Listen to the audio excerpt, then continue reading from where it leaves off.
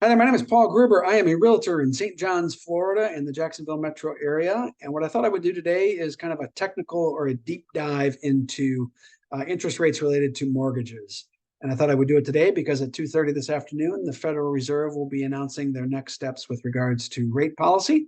So I thought the timing was perfect. I think it's important for me to point out that I am not an expert in interest rates or the instruments that are used to drive interest rates in this country. I just read a lot of Wall Street Journal, watch a lot of Bloomberg. I do not stay at a Holiday Inn Express, so I know enough to be dangerous. But like many of you, for the longest time, I thought that whatever the Fed says today will directly impact interest rates related to mortgages. And the reality is they're very loosely correlated. And I think we can look to a recent example to kind of help explain that. So if you recall back in July, that was the last time the Federal Reserve hiked interest rates on the Fed funds rate. Okay, yet throughout the fall, we saw interest on a 30-year mortgage accelerate to 8% and in some cases even higher, and then started to come down from that number in late November. We've seen a slight uptick in January. But to the observer, you're saying, well, wait a minute, the Fed hasn't touched rates since July. What's going on here? Why did rates keep going up? Well, the reality is that the interest that's charged on a 30-year mortgage is more closely correlated or more tightly correlated to the yield on a 10-year U.S. Treasury note. So we have to look to that. If you're going to try to predict what's going to happen with mortgage rates, follow that, not the Fed funds rate.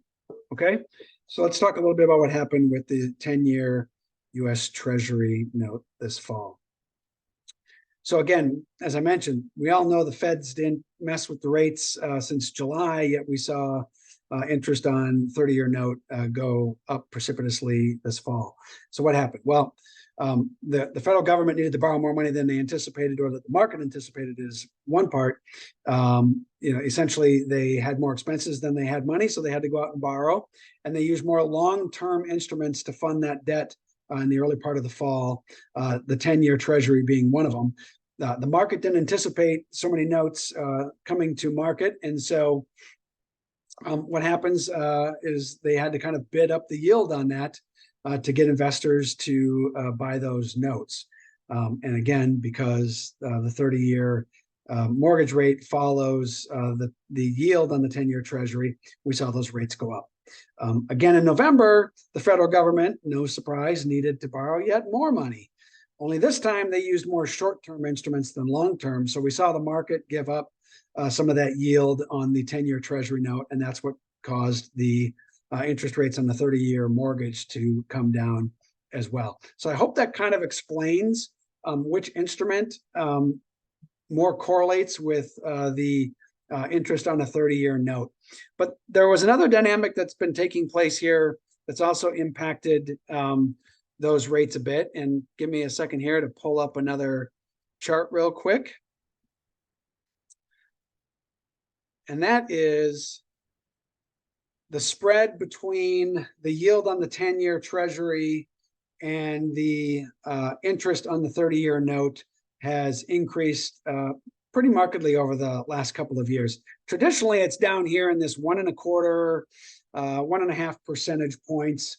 But as you can see on this chart, since 2022, a pretty steady climb, peaking out more around the 3% of late. And again, what's behind that? Why is the spread so high? If we were along the lines of what's kind of more historic, we'd be about, what is that? A percentage point, 1.5 percentage points lower on the 30-year. So what's behind that? Well, what happens is when you take out a mortgage, the bank usually doesn't hold that. They bundle it with a bunch of other mortgages into a security, and then they sell that to investors. The federal government, or the Fed, has been a big investor in those securities, along with big institutional investors. Well, the Fed hasn't been buying as many of those. So in order to get buyers, to attract buyers, what do you have to do if you're seeking investors and you're not getting them? You have to offer them a greater yield, right? So that's what's happened. That's why this spread has gone up to closer to 3%. This, in part, is also driving those interest rates on the 30-year mortgage higher. Again, about 1.5 or more percentage points difference in kind of the historical average on these yields. All right, so I hope that kind of explains a little bit in more detail where we get the interest rate for the 30-year mortgage. People ask me all the time where I think interest rates are going. Do I think there's a collapse coming and interest rates are going to go back down to the 3%? Or they say, I'm going to sit and I'm going to wait until they go back down to that level. I don't know where they're going. If I did, I wouldn't be sitting in this role, that's for sure. So all I can do is kind of look to historical or math. And so let's go ahead and take a look at that and see, if we can get some sort of sense from that of where things might be going. Let me just jump to a different chart here real quick. Share screen. And let's pull this up. Sorry for the delay there. This is a look at the average of the 30-year fixed rate going back to 1970. I was just a baby then. But you can see, of course, we had real high interest rates in the 70s, early 80s, as inflation was generally untamed, so to speak. But people say, well, I'm going to wait until it comes back down here. Well, those are historic lows, okay? If you think about where things might go, if you want some kind of direction, I feel more comfortable saying what we call regression to the mean, which means rates are going to, over time, navigate back to their historic average.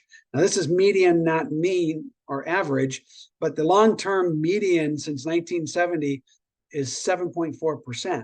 So use that as a compass a little bit. I don't think we're going to go back down to this time of essentially free money that we've seen in the last maybe decade. So we may be getting near kind of where things settle out, maybe in the 5%. Who knows?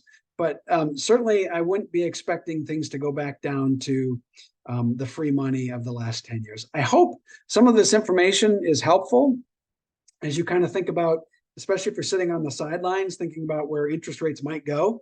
Hopefully this is helpful. If you have any additional questions, feel free to reach out to me. Again, I'm not an expert, but I'm happy to try to help steer you. And anyway, have a great day. Hope this was helpful. Bye-bye.